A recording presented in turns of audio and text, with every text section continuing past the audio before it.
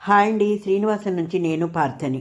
వేసంకాలం వచ్చిందంటే చాలు మార్కెట్ మొత్తం మామిడి పళ్ళతో సువాసనతో నిండిపోతుంది. చిన్నారుల నుంచి పెద్దల వరకు కూడా అందరికీ ఇష్టమైన ఈ మామిడి పండును తినడానికే కాదండి, ఒరిస్సాలో ప్రసిద్ధంగా పకాళాబాత్ అంటే చద్దన్నంతో తినడానికి అంబగుడాన్ని తయారు చేస్తారు. అంబగుడ అన్నది ఎలా తయారు చేస్తారో ఈ వీడియోలో మనం చూద్దాం. చద్దన్నంతో కలిపి దీన్ని అమృతంలా తింటారు. అంతేకాకుండా రోటీ, పూరి, మరి వేడివేడి అన్నంలోకి ఇది అద్భుతంగా ఉంటుంది. పులుపు తీపి కలిసిన పీచు ఉన్న పండునైతే తీసుకోవాలి. చిన్న చిన్న పళ్ళు, ఇవి కేజీ 100 రూపాయల చొప్పున ఇచ్చాడండి. వీటన్నిటినీ రసం టెంకతో మొత్తం తీసేసుకోవాలి. పై తొక్కలోంచి రసం అంతా పిండుకొని ఒక బౌల్లోకి మొత్తం టెంక గుజ్జుతో తీసుకోవాలి. తీసుకున్న తర్వాత వీటన్నిటిని పక్కన పెట్టుకోండి. అలాగే ఒక పెద్ద సైజు నిమ్మకాయ అంత చింతపండు తీసుకొని రసం అంతా పక్కన పెట్టుకోవాలి. ఇప్పుడు ఈ మామిడి పండు గుజ్జు టెంకతో కలిపి చింతపండు రసం, 3 స్పూన్ల ఆయిల్, అలాగే మెంతులు, జీలకర్ర, ఆవాలు, ఎండుమిర్చి, కరివేపాకు, ఇంగువ, ఇది పోపుకి కావాలి. అలాగే ఒక చిన్న కప్పు బెల్లం రెడీ చేసి పెట్టుకోవాలి. ముఖ్యంగా మనకి మామిడి పండు వేసవిలో శరీరానికి కావాల్సిన అనేక పోషకాలను ఈ పండు అందిస్తుందండి. మామిడిలో ఉండే విటమిన్లు, ఖనిజాలు, యాంటీ ఆక్సిడెంట్లు శరీరాన్ని ఆరోగ్యం ఉంచడంలో కీలక పాత్ర పోషిస్తాయి. ఆరోగ్యానికి మామిడి పండు ఎంతో ఉపయోగకరం. ఇందులో విటమిన్ ఏ కంటి చూపును మెరుగుపరచడంలో సహాయపడుతుంది. కంప్యూటరు, మొబైల్ ఎక్కువగా ఉపయోగించే ఈ రోజుల్లో కళ్ళపై ఒత్తిడి పెరుగుతుంది కదా, అలాంటి వారికి మామిడి పండు నుంచి మంచి పోషకాహారంగా పనిచేస్తుంది. మామిడిలో ఉండే ఫైబరు జీర్ణక్రియను సక్రమంగా ఉంచుతుంది.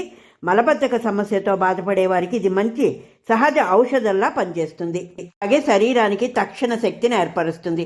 ఇప్పుడు మామిడి పండు గుజ్జు అలాగే ఉంచుకున్నాం. పోపు, ఇంగువ, బెల్లం, కరివేపాకు ఇవన్నీ కూడా రెడీ చేసుకోండి, చింతపండుతో సహా. ఇప్పుడు ఒక గిన్నె పెట్టుకోవాలి. గిన్నె పెట్టుకొని మనం అనుకున్నట్టు ఒక 3 చెంచాల ఆయిల్ అయితే వేసుకోవాలండి.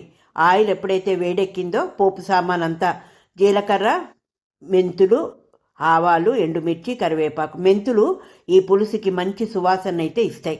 తర్వాత ఇంగువ జోడించుకోండి. మామిడి పండు కదా, కడుపు చికాకు లేకుండా. పోపు అంతా వేగిన తర్వాత మంచి సువాసన వచ్చేటప్పుడు పోపు మనం మామిడి పండు టెంకతో గుజ్జు తీసి పక్కన పెట్టుకున్నాం కదా, ఆ గుజ్జు అంతా కూడా ఈ పోపులో వేసుకోవాలి. వేసుకొని చక్కగా పైనుంచి కింద నుంచి కలుపుకొని ఇప్పుడు చింతపండు రసం అయితే తీసి పెట్టాం కదా, ఈ చింతపండు రసం కూడా అందులో కలిపేసుకోవాలి. మామిడి పండు గుజ్జుతో పోపు, చింతపండు రసం అన్నీ కలిపి చక్కగా గరిటెతో పైనుంచి కింద నుంచి కలుపుకోవాలి. కలిపిన తర్వాత చిన్న కప్పు బెల్లం వేసుకోవాలి. అలాగే రుచికి తగ్గినట్టు ఉప్పు, పసుపు వేసుకోండి. ఎండుమిర్చి కారమే సరిపోతుందండి. కారం ఎక్కువ కావాలి అనుకున్న వారు పొడి కారం వేసుకోవచ్చు. ఉప్పు సరిచూసుకొని చక్కగా ఉప్పు, కారం ఇవన్నీ సరిపోతాయి. ఇప్పుడు బెల్లం కూడా వేసుకున్నాం కదా. ఇప్పుడు ఏం చేయాలంటే మనం కొంచెం పులుసు చిక్కదనానికి వరిపిండి కానీ శనగపిండి కానీ 1 స్పూను నీళ్ళల్లో కలిపి పెట్టుకుంటే ఈ అంబగుడ అన్నది రెడీ అయిపోతుంది. వేడివేడి చపాతీకి, వేడివేడి అన్నంలోకి, అలాగే పూరీలోకి ఒరిస్సా స్పెషల్ చాలా బాగుంటుందండి. ఒక్కసారి ట్రై చేసి చూడండి. ఎలా ఉంది అన్నది కామెంట్ రూపంలో తెలియజేయగలరు.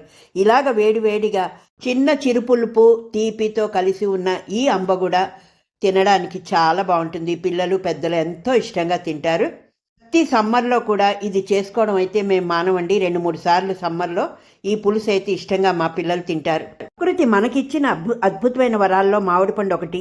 రుచితో పాటు ఆరోగ్యాన్ని కూడా అందించే ఈ పండును సరైన మోతాదులో తీసుకుంటే వేసవిలో శరీరం ఉల్లాసంగా, ఆరోగ్యంగా ఉంటుంది.